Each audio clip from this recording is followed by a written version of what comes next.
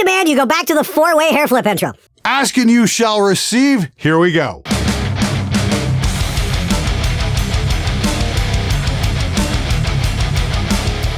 Hey Glenn, I've asked this a few times, but I figured I'd give it another shot.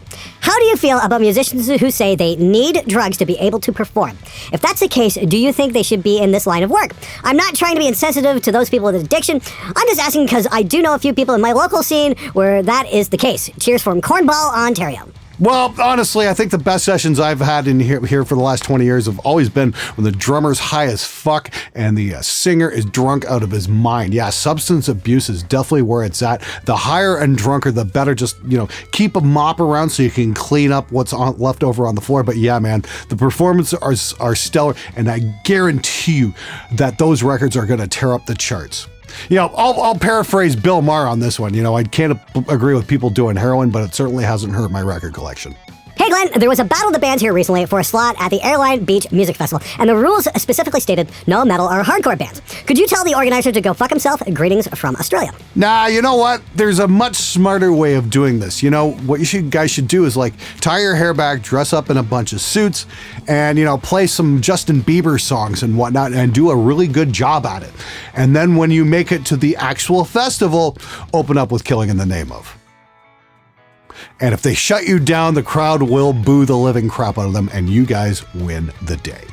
Good luck. Keep that in mind for next time.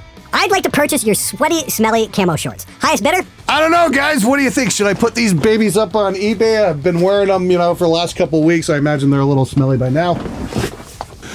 What do you think? You guys want to see these on eBay? Would you bid for them? What do you think we should start the bidding at? Say $250? You know what? Leave a comment below. Let me know what you guys think, and we'll see if we can make that happen. Good luck to the highest bidder. What are your opinions on musicians who do it for the money versus musicians who do it for the passion?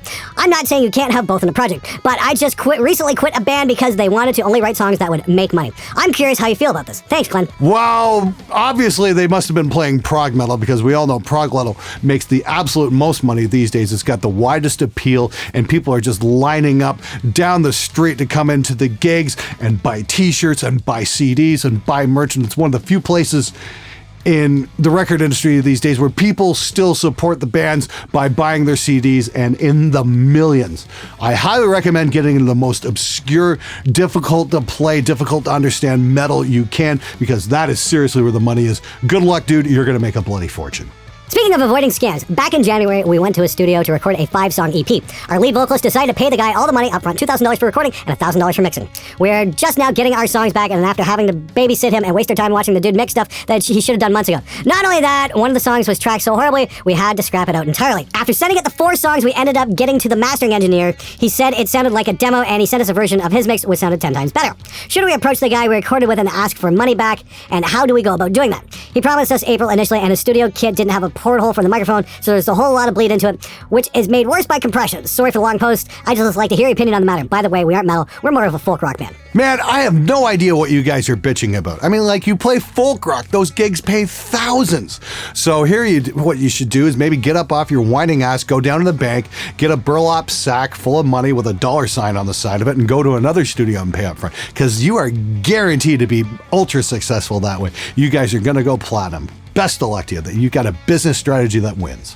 Hey Glenn, do you have any advice for live band mixing? I see a lot of people use a smiley face or sad face EQ as gospel, but every room is different, so my thinking is EQ according to room. Also, opening gain to peak point and just adjusting the volume slider, or the other way around. Keep up the good work. Greetings from Serbia. Well, come on, man. The best EQs out there always have the smiley face. I mean, you just see it everywhere. Everybody's doing it, so obviously, it's the right thing to do. I mean, just go online and look at all the comments and stuff. Gotta remember, nobody is ever wrong on the internet, so just read those comments and you're gonna get the best advice you possibly can. Smiley face is definitely where it's at. Sad face, not so much, but yes, smiley face absolutely works all the time. The best gigs use a smiley face. The best sound guys use smiley face. And when it comes to gain staging, man, just turn everything to 10, because that's when it sounds the best. And remember, if you get confused or you don't know what to do, ask the bass player, because chances are he's gonna know what's up. Oh, come on, Glenn. Give the Dean Cadillac some love. It's like a Les Paul raped an Explorer and the poor offspring wasn't stillborn. I think it's cute in a at least you tried way. You're absolutely right, man. Sorry about that. Yeah, the Dean Cadillac is pretty awesome. You guys should go out and get one, because I guarantee if you go up on stage with one of those, you are definitely going to get laid. By a girl, even. Hey guys, just going to break in here for a sec. Want to let you know about this week's shirt. It's going to go kind of with the theme of this episode, and that is free speech is just getting out of hand. So this shirt is called Ban Everything I Disagree With. Get it this week and this week only. Now back to the show.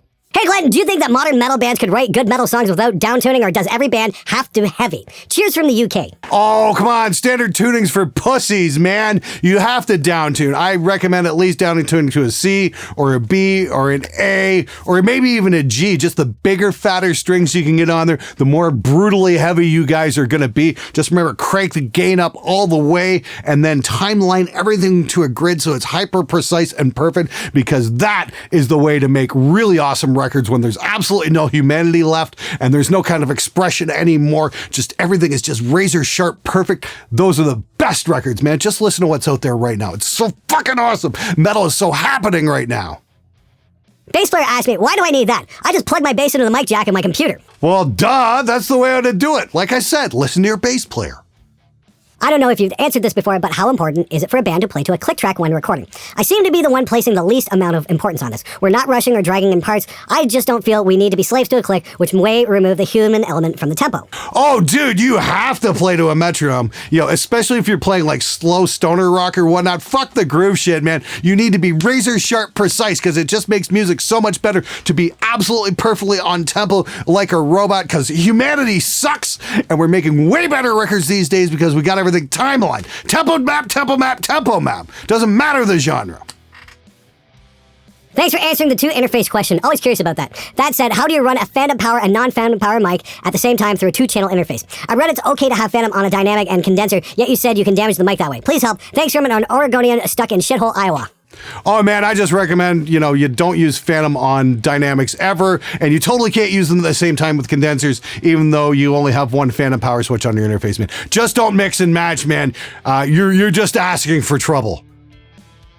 Hey Glenn, I'm curious about what you said about testing the mix on a car stereo. Does that help me see how crappy my mix was? Does it sound more clear? Hope you get to see my comment and answer my doubt. I'm new to recording and mixing, and your channel has helped me a lot, so thank you so much, Glenn. No, I was wrong before that. Yeah, fuck the car mix stereo. You know what the best way to tell how good your mix sounds? Like, seriously, listen on the back speaker of one of these things. They're just awesome. The fidelity is unmatchable. Either that, and you know what? Screw the big expensive monitors.